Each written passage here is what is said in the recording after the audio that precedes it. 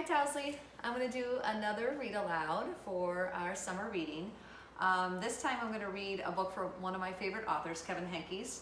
This is called A Weekend with Wendell, and you're going to see that it has to do with how to be a good friend and how to be respectful when you are playing with your friends.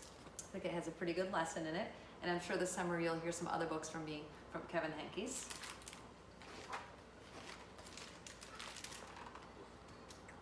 On Friday afternoon, Wendell's parents dropped him off at Sophie's house.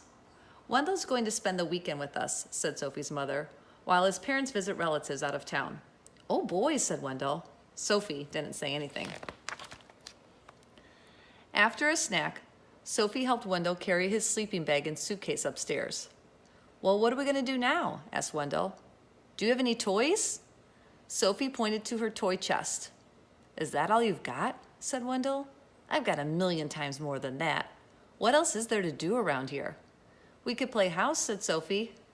"Only if I can make the rules," said Wendell. So they played house, and Wendell made the rules.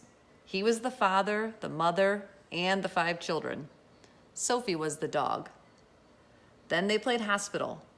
Wendell was the doctor, the nurse, and the patient. Sophie was the desk clerk. When they pretended they worked in a bakery, Wendell was the baker and Sophie was a sweet roll. "Isn't this fun?" said Wendell. Sophie didn't say anything. At dinner, Wendell said that he was allergic to anything green, so he didn't have to eat his vegetables. And then, when Sophie wasn't looking, he scooped the whipped cream off her dessert. "When is Wendell leaving?" whispered Sophie. "Soon," said her mother. "Soon," said her father. After Sophie's parents tucked Sophie in her bed, zipped Wendell in his sleeping bag, kissed them both, and turned off the light, Wendell grabbed his flashlight and shone it right into Sophie's eyes. "See you tomorrow," he said, smiling. Sophie shut her eyes. "I can't wait for Wendell to go home," she said to herself. On Saturday morning, when Sophie woke up, there was a lumpy blue monster jumping up and down on her bed. It was Wendell. She felt something pinch her leg at breakfast. It was Wendell. She heard scary noises coming from the broom closet. It was Wendell. Wendell used Sophie's crayons and left them on the porch so they melted. At lunch, Wendell finger painted with his peanut butter and jelly. "Isn't this fun?" said Wendell. Sophie didn't say anything. "When is Wendell leaving?" whispered Sophie. "Soon," said her mother. "Soon," said her father. At bedtime, when Sophie put her head on her pillow, she heard something crunch. It was a note from Wendell. It said, "See you tomorrow." Sophie shut her eyes. "I can't wait for Wendell to go home," she said to herself.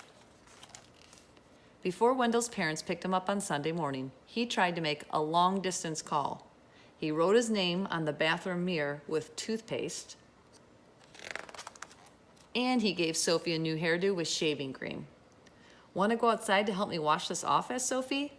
"We could play firefighter." "Oh boy," said Wendell. So they played firefighter, and Sophie made the rules. She was the fire chief. Wendell was the burning building. "Isn't this fun?" said Sophie. Wendell didn't say anything. "Do I get to be the fire chief?" asked Wendell. "Maybe," said Sophie.